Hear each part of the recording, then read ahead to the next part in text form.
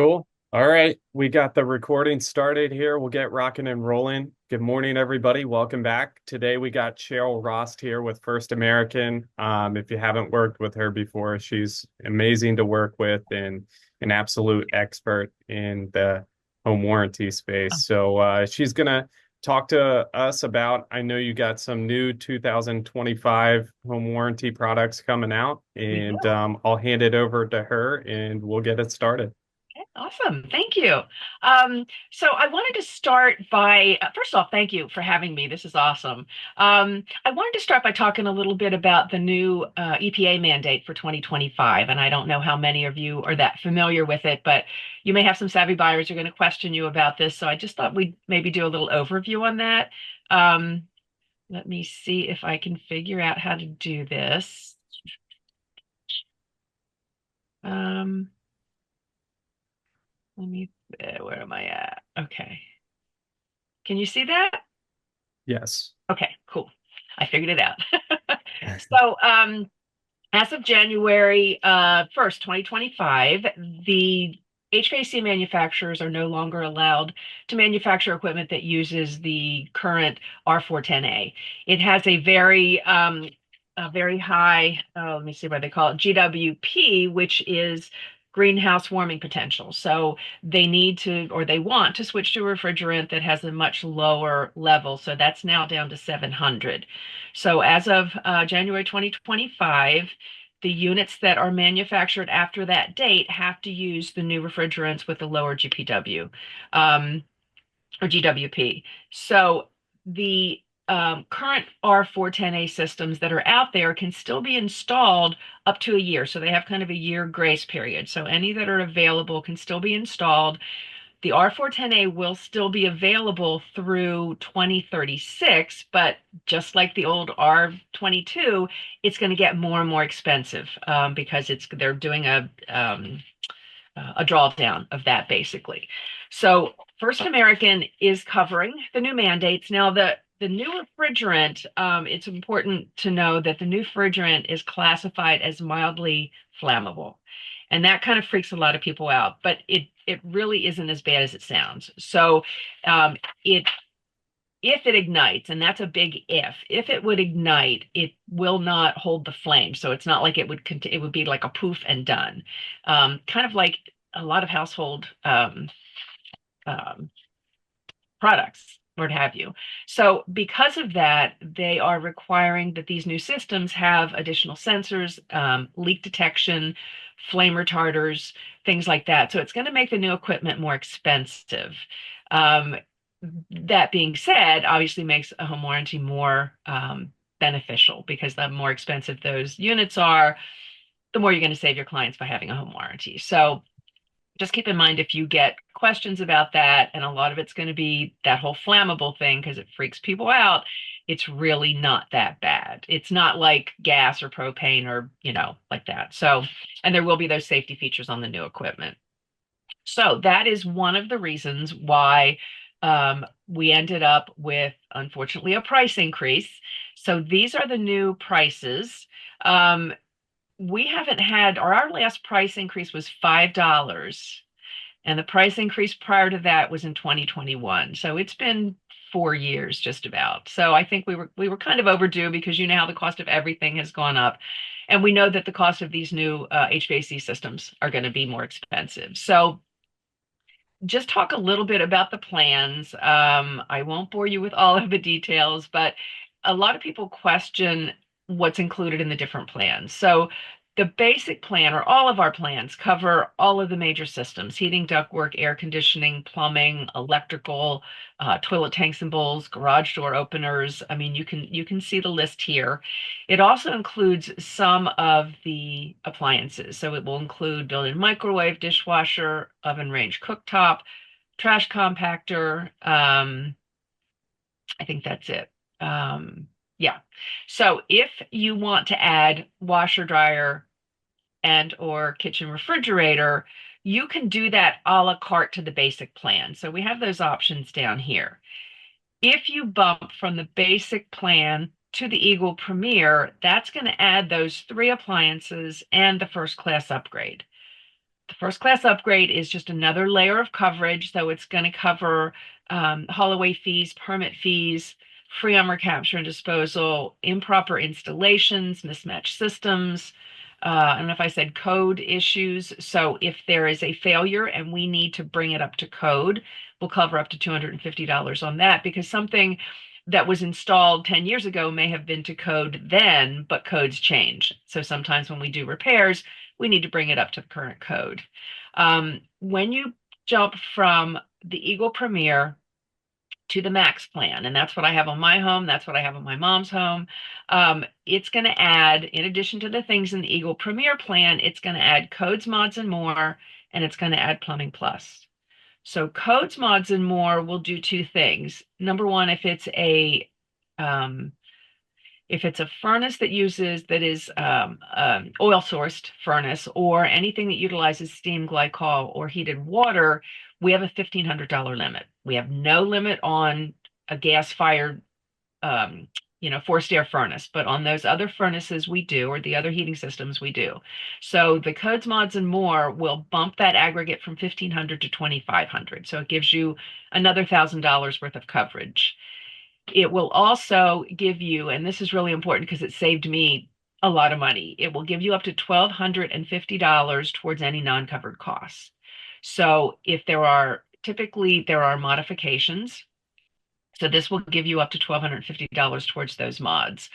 My mom had her furnace replaced last winter, and the warranty saved me $3,000 because I would have been the one, to pay to replace it. She's on a fixed income, so one of the reasons why I got the home warranty for her.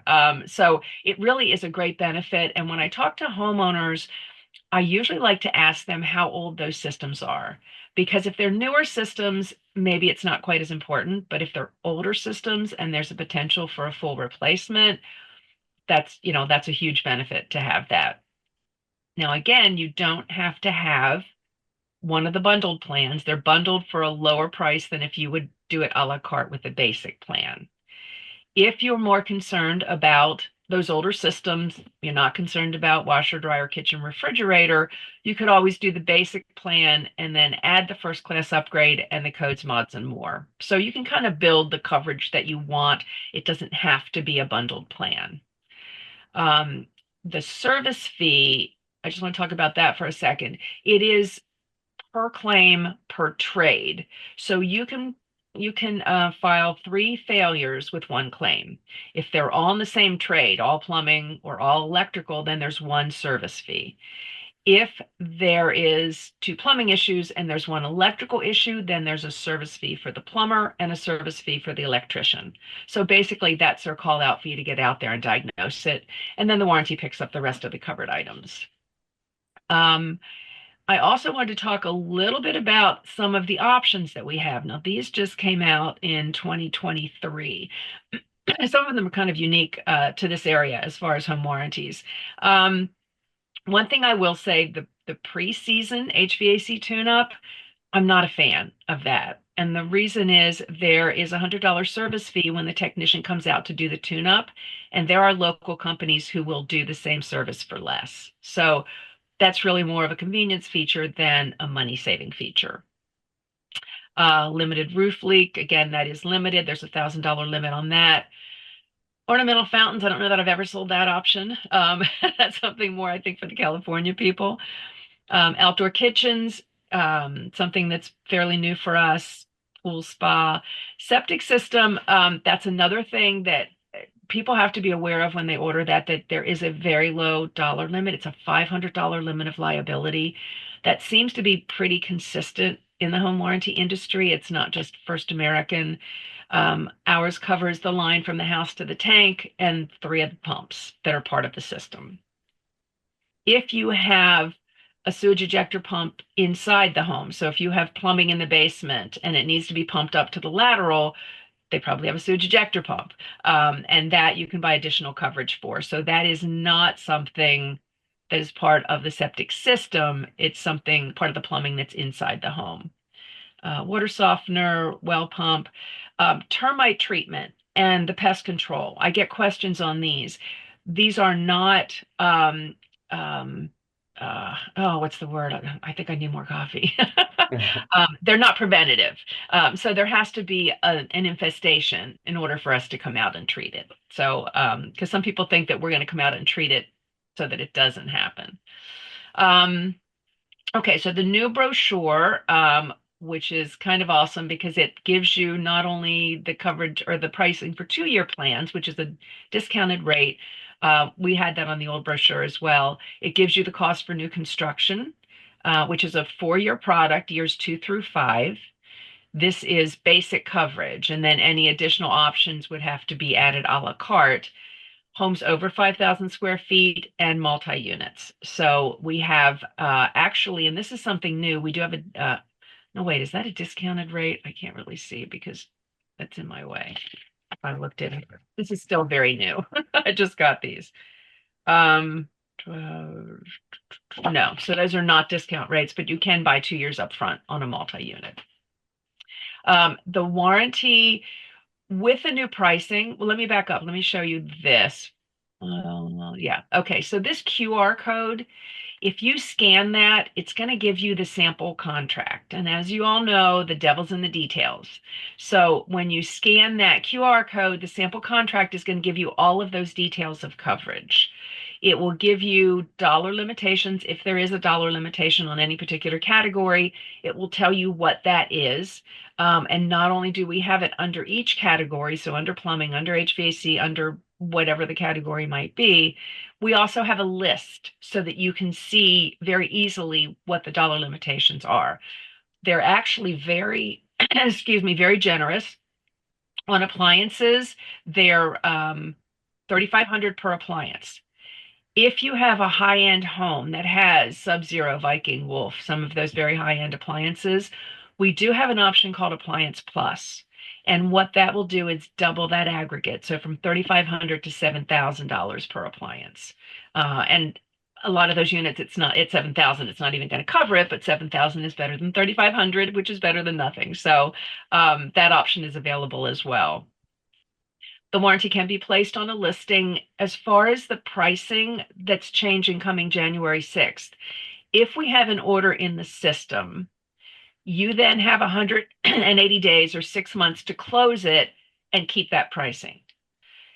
The pricing is only available, the old pricing is only available online through January 5th, but you can still get that older pricing if you call in the order. The reason for that is that the system does not allow us to have 2 versions of the product online. So the new product will go live January 6th. The old product is still available by phone until February 5th. And the coverage is exactly the same. So nothing has changed on this. And I'll be around to drop off these brochures for you. Let me think. So does anybody have any questions before I move on? What was the change going to be for the new pricing? So this is the new pricing. So it was Okay. it was 450 on basic. So basically on a single family, each of these went up by 40. And on the condo, townhome, and mobile, they each went up by 35. So it's the largest price increase that I've seen in 20 years. But again, you know how the cost of everything is going up, and the new EPA mandate is obviously going to drive our claims costs up. Okay, so let's talk a little bit about risk management, right? That's huge right now. So you should, and I don't know if you guys require this or not, but you really should be presenting a home warranty. Hopefully it's Frist American, but any home warranty, you should at least be presenting that to every buyer and every seller. If they accept it, then obviously you've got the maximum protection. If they decline it, then what you want to do is have them sign that brochure, have them check decline, sign that brochure, and keep that in your file. Because if they come back to you wanting you to pay for something that failed shortly after closing that would have been covered by a home warranty, you can pull that document out and say, I'm sorry, but I offered you coverage for that and you declined. So that gives you some moderate protection. If you don't even present a home warranty, then obviously you've got no protection at all. So you really should be presenting that to every buyer and every seller. We have some marketing materials, customizable marketing materials that are available to you. This is really cool, this home maintenance guide. It's done very well. There's also a list back there. It's something that a lot of agents like to give to their buyers at closing because they'll refer to it throughout the year, hopefully.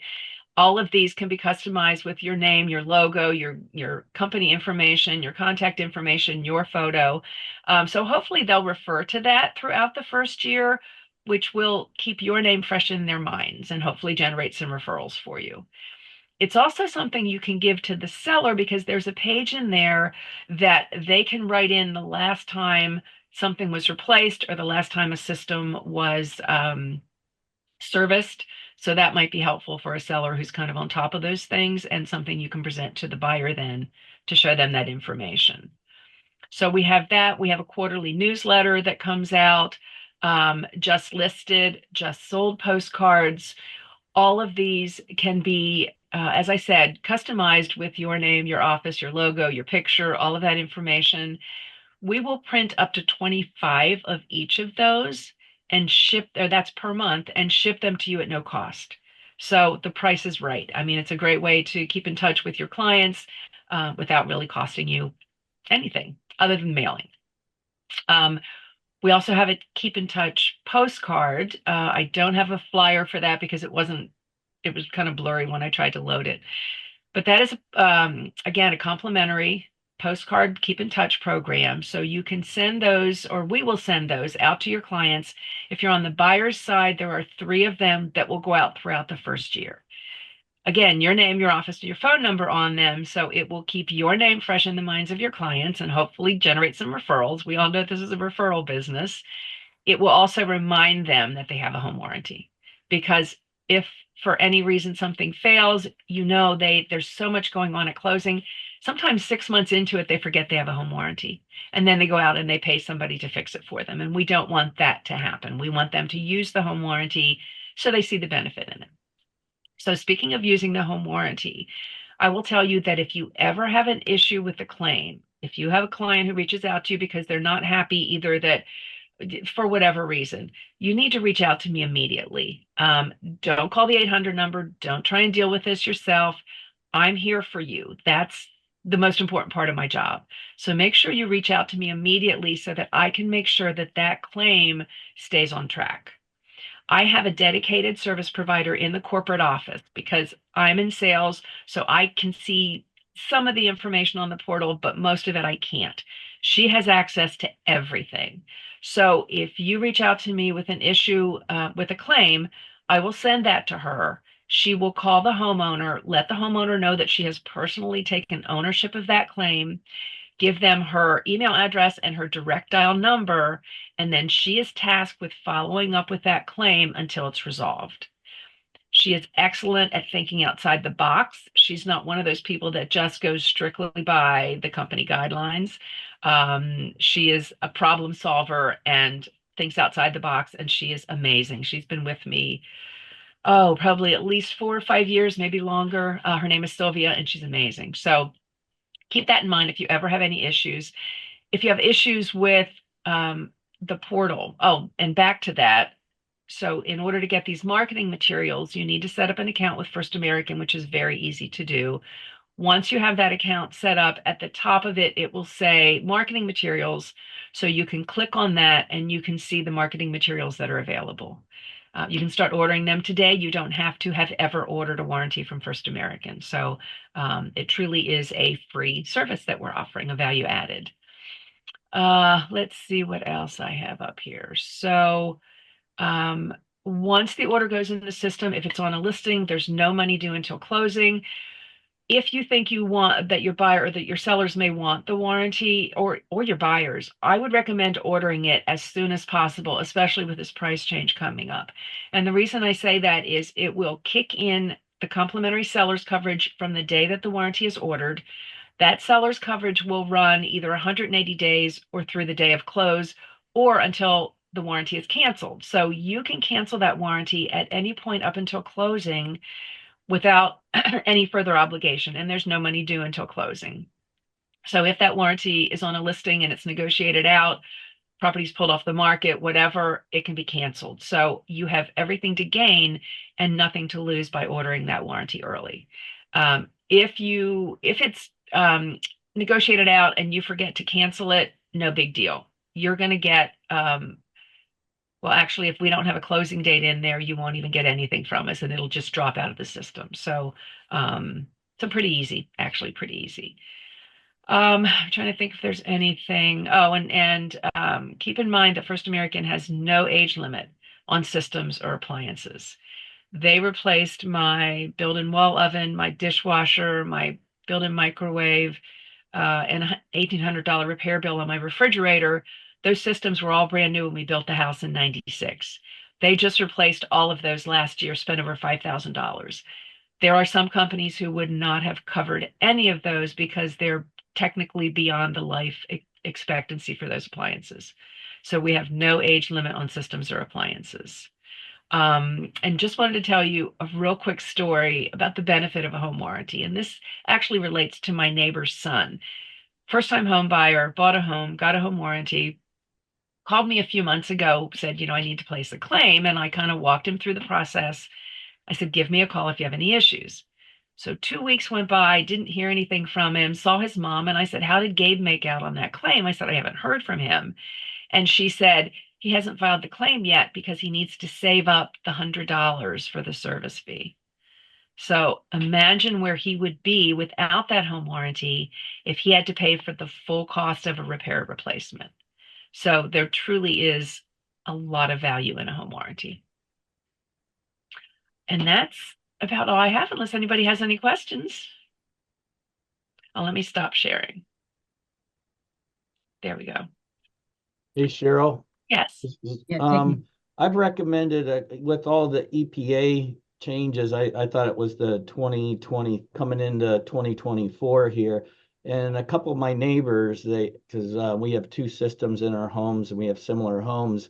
And I know that my AC went out during COVID, one of the systems.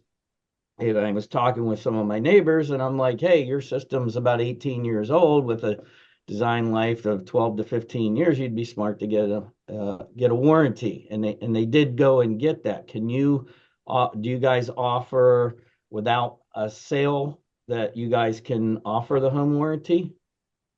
We do. So with the home warranty industry, there are typically two channels, and one is the real estate channel, which is obviously the one that I'm in, and then there's the national channel, which is for anyone who's owned their home any length of time.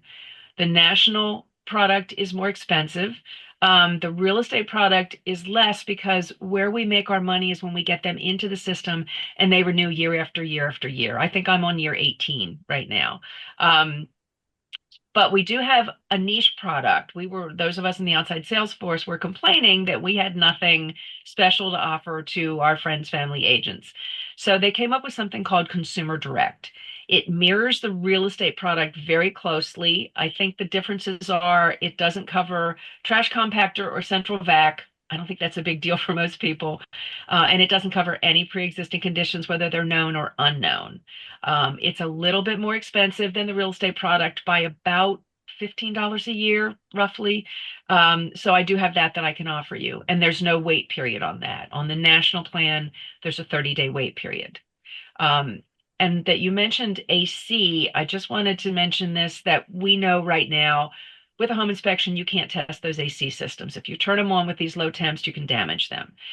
If they pass a visual inspection and they turn them on in the spring and they're not working, provided there's no missing parts, 99.9% of the time, that's going to be covered as an unknown pre-existing condition. So if you have buyers who are concerned about an AC system that they can't test at this time, as long as the seller's disclosure is not showing anything and it's passing a visual inspection, it's a great time to throw in a home warranty and give them some peace of mind for that. Okay, another question you have that, we work with a lot of the bank owns, so the banks wouldn't know of any pre-existing conditions, and we've had where some people actually did buy a warranty, and then when the people did file claim, they were turned down it wasn't from your company, but from other companies, and they were turned down because they were a foreclosure. Does your company have any issues with that? So we will not turn it down just because it's a bank-owned property. I will tell you that just because you don't know something is wrong doesn't, we don't consider that as an unknown pre-existing. So our definition of that is something that could not have been detected by a visual inspection or a simple mechanical test. And obviously, if all of the system or all of the utilities are turned off, you can't test anything. So what I often recommend in a situation like that is go ahead and put in the order, for the warranty. You have 30 days to make payment. If you then go into the property, you turn on all the utilities, and there are things that you need to fix, you may choose to take that home warranty premium and put it towards fixing something. So you would have that option because you have up to 30 days to make payment. So that might be one way to work it. Cheryl, during the listing period, you said we can put these warranties on the property. Yes. If we do that and we forget to call it in for settlement, Hmm. and then somebody runs into a problem and it's still within that 180 days, is it able to be purchased at that time? Or Yeah, so if we have closing information in the system, then the day of close you'll get an email from us just kind of reminding you. If there's no closing date in there, you're not going to hear anything. So what will happen is because you have 30 days from the day of close, if they would put in a claim within that first 30 days, um, depending on what it is, it may just go through because they think it's under seller's coverage. If it's an HVAC claim and the seller had not purchased HVAC coverage, then they're going to deny it because they're going to think it's still under the seller, at which point you would have to reach out to me. I'd get a copy of the closing statement. You can make payment and we can push it through. Obviously, it's going to delay the claim maybe a day or two. Once it goes beyond the 30 days of closing, if we don't receive payment within those 30 days, then coverage lapses. After that 30 days, when you make payment is when coverage kicks in again. So it can get a little hairy if there's a claim after that 30-day period because it would have lapsed after 30 days after close. there's still a lot of agents today that are involved in transactions where the buyers are continuing to waive inspections. And as you talk about risk management, we should really be pushing home warranties at this point in time for those type of transactions, just for a level of protection for ourselves as well as the buyer. Right. And, I just think that, we got these people that are willing to pay $5,000, $10,000 more than the asking price for to try to get a property. If they can pay $700 and some dollars for a home warranty, they at least have some protection since they waived their rights to the home inspection. So Right. that's one of the reasons why I wanted to bring this call up today, is because we're continuing to get these phone calls after settlement that things aren't working, furnaces aren't working. Like you said, we're going to get these calls. It happens every year where they turn on the air conditioning and it doesn't work the first day. Right. So, just really consider getting back into the habit of pushing these home warranties. It's not about us trying to make money or anything like that. This is a straightforward company, and we have Cheryl who will go to bat for you when you need her. And that's the most important thing, is she's been here for years and she's willing to fight for you. As long as everything's above board and everything else, she's willing to do what it takes to try to get it covered. And it just will make your life and your buyer's life a lot easier. And for those people who have sellers too, it gives them a little bit of protection during the listing period. So we all really got to get back into this. And Aaron and Angela, is Angela on the call? We need to either make sure these brochures are available and make sure these agents know where they are. If there's an email copy that we can somehow get into our library on zip forms where we've offered them the warranty, and having them wait, as Cheryl's saying, have them sign the brochure. I don't know if there's a form we can add to our library.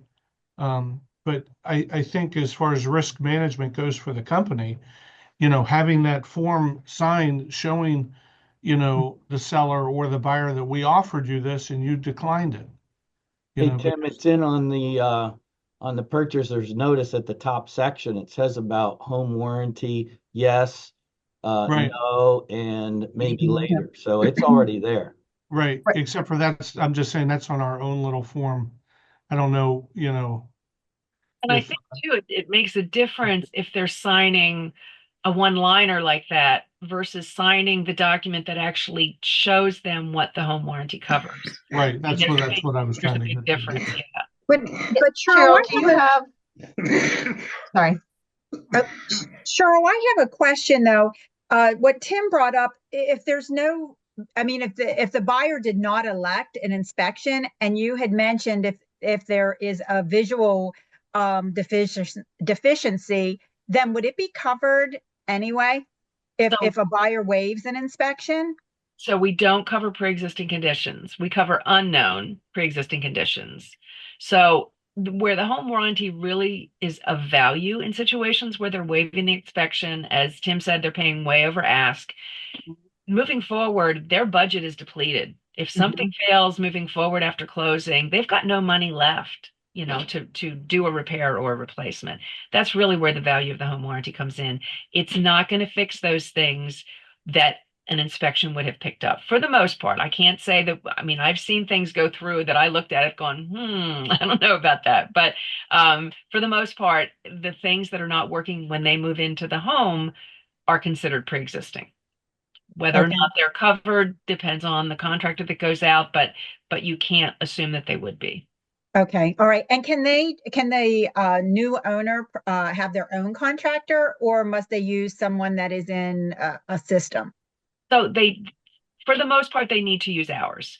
And the reason that makes a big difference is and I know there are some companies that allow you to use your own contractor. Those companies, if it's a minor repair, probably not a bad idea.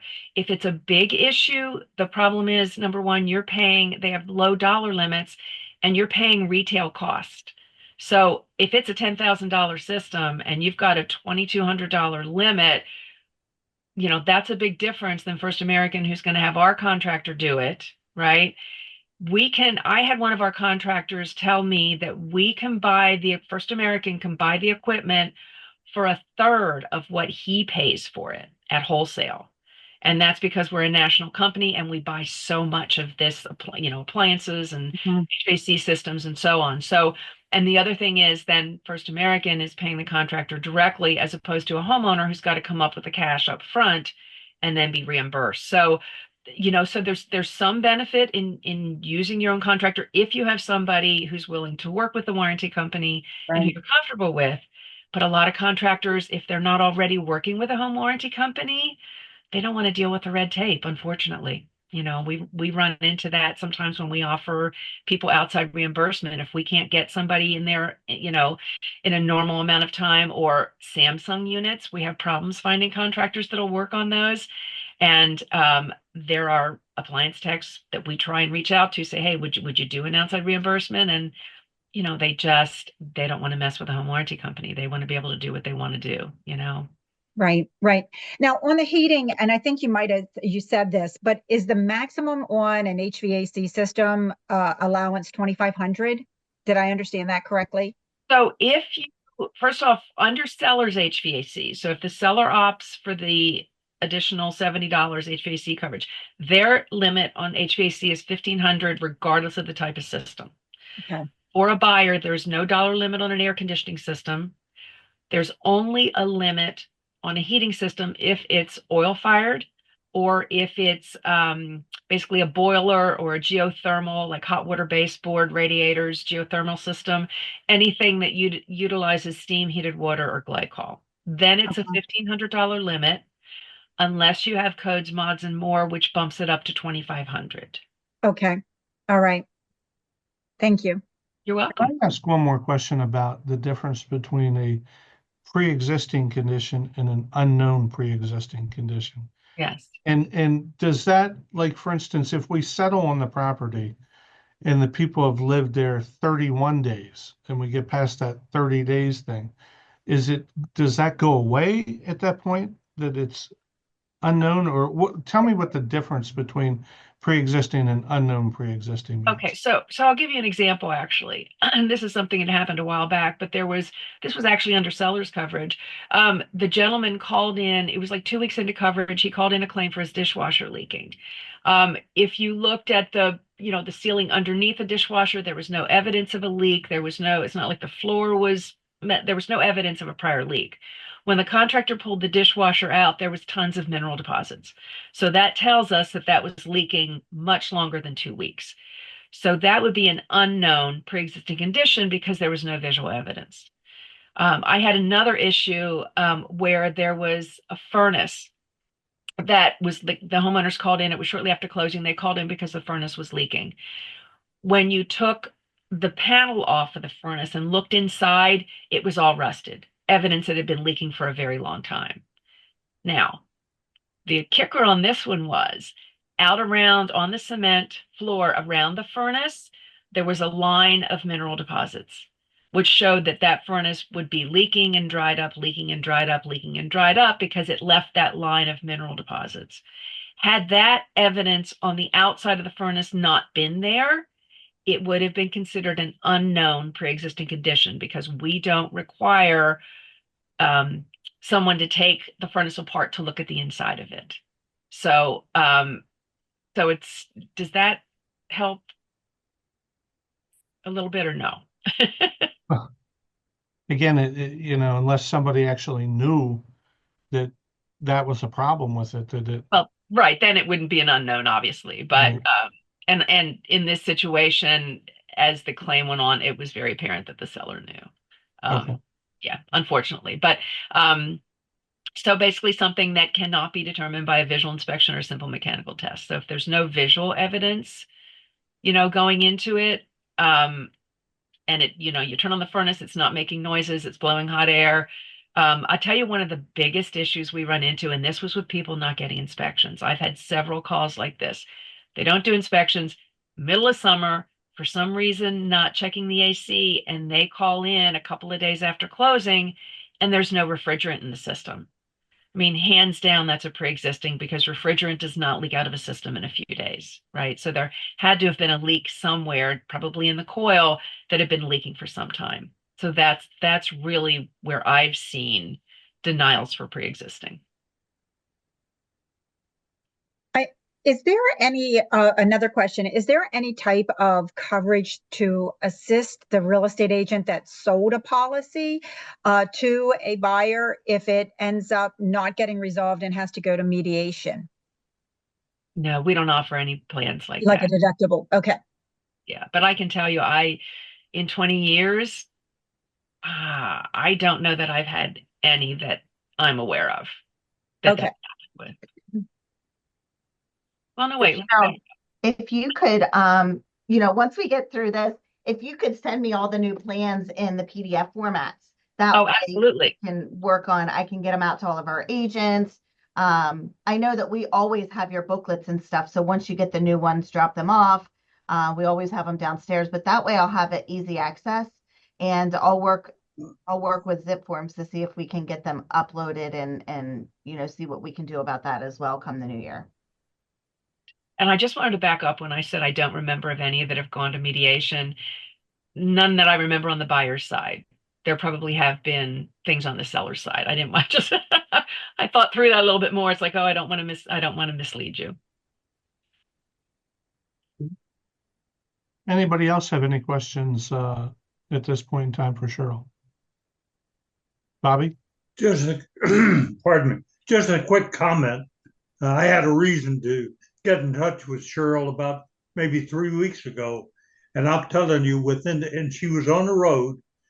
I got a call back from her the same day. So she is very responsive. Bob, I try to be.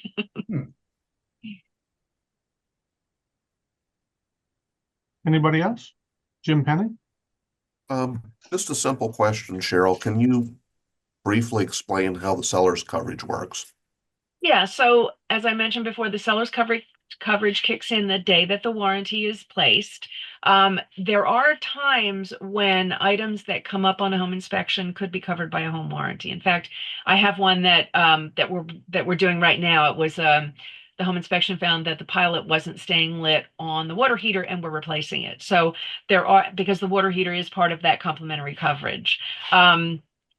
So it would, it could cover items that come up in a home inspection report. Now, I always say that if you have a home inspection report and you're not sure if any of those items would be covered, feel free to reach out to me and I'll be happy to go through that with you. Keep in mind, it has to be a failure. So if they come back and say, there's double taps in the panel, it's not a failure. It's a code issue, but it's not a failure. So it has to be a failure in order to be covered. I would ask that you don't email me a home inspection report. I don't want that. I don't want that in my, email archives. I only want to see a home inspection report if it's going to help us, not if it's going to hurt us. So I would prefer that you just, give me a call. We can talk about it, and decide whether or not some of those items might be covered under the home warranty. So that's automatic as soon as they take it. It is, as soon as the order goes in, and it doesn't matter whether it's a buyer's agent or a seller's agent who's ordering it. I've had situations where the buyer's agent have ordered the warranty day before closing, water heater's leaking, seller's still covered. So it can be a benefit to the buyer as well, because it just keeps the deal moving smoothly, right? No seller wants to put another grand into a property, the day before they're closing. So it just helps that transition or that transaction to move smoothly. That's great. Thank you. You're welcome.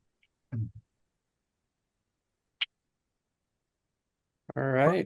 Well, if we don't have any other questions, I want to thank Cheryl for her time here today. Thank you for joining us and giving us all this great information. It was very helpful, and we've recorded it. We'll edit the video and push it out there for you. And, definitely use Cheryl. She's awesome. Like Bobby said, she is very, very responsive and on it. So I can, give her a higher recommendation. She's great. Thank you. Well, thank you very much, Cheryl. Again, I appreciate it. Appreciate you've been around for a lot of years, and we really appreciate having your contact information. I think it's very important for us to really, as a company, really consider doing more of these this year in the upcoming year, and hopefully we'll send you some good business. Thank you so much, and thanks for having me. It's always a pleasure. Yeah. All right. Thank you. Take care. Bye-bye. See you guys.